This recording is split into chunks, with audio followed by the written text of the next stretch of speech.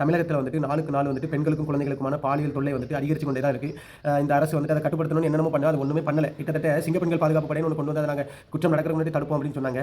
ஆனால் என்ன நடக்குதுன்னா, சிங்க பெண்கள் பாதுகாப்பு படைக்கு ரீல்ஸ் போடவே நேரம் பற்றவில்லை. இதுதான் உண்மை. சரியா? சிங்க பெண்கள் பாதுகாப்பு படை என்பது ரீல்ஸ் போட்டு இந்த கவர்மெண்டோட மார்க்கெட்டை வந்து ஏற்றணும் அப்படின்றதுக்காக தான் உருவாக்கப்பட்டிருக்கே தவிர அவங்க எந்த ஆக்ஷனும் எடுக்கலன்றது தெளிவாக தெரியுது. ஏன்னா இன்னைக்கு வந்துட்டு திருவள்ளூர் மாவட்டம் செங்குன்றத்தில் வந்துட்டு ஒரு 4 வயது சிறுமியை வந்துட்டு ஒருத்தன் பாலியல் தொல்லை கொடுத்துருக்கான், பூனை பிடிச்சி தரேன்னு சொல்லி. அதே மாதிரி ராமநாதபுரம் திருவாரூரில் 12 வயது சிறுமியை வந்துட்டு நான் முட்டாய் வாங்கி தரமா அப்படின்ட்டு ஒரு முதியவர் அலாவுதீன் என்ற ஒரு முதியவர் வந்துட்டு பாலியல் வன்புணர்வு வந்து செஞ்சிருக்காரு. சரியா?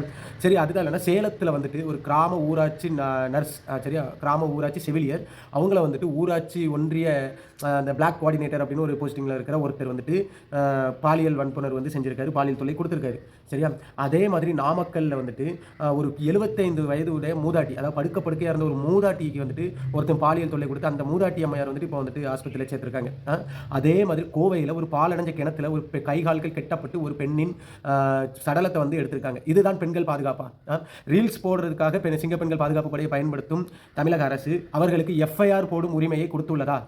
அவர்களுக்கு எஃப்ஐஆர் போடுற உரிமையே இல்லைன்னா அவங்க எப்படி வந்துட்டு ஆக்ஷன் எடுப்பாங்க, எப்படி இதுமாங்க? அதை முதல்ல சொல்லுங்க.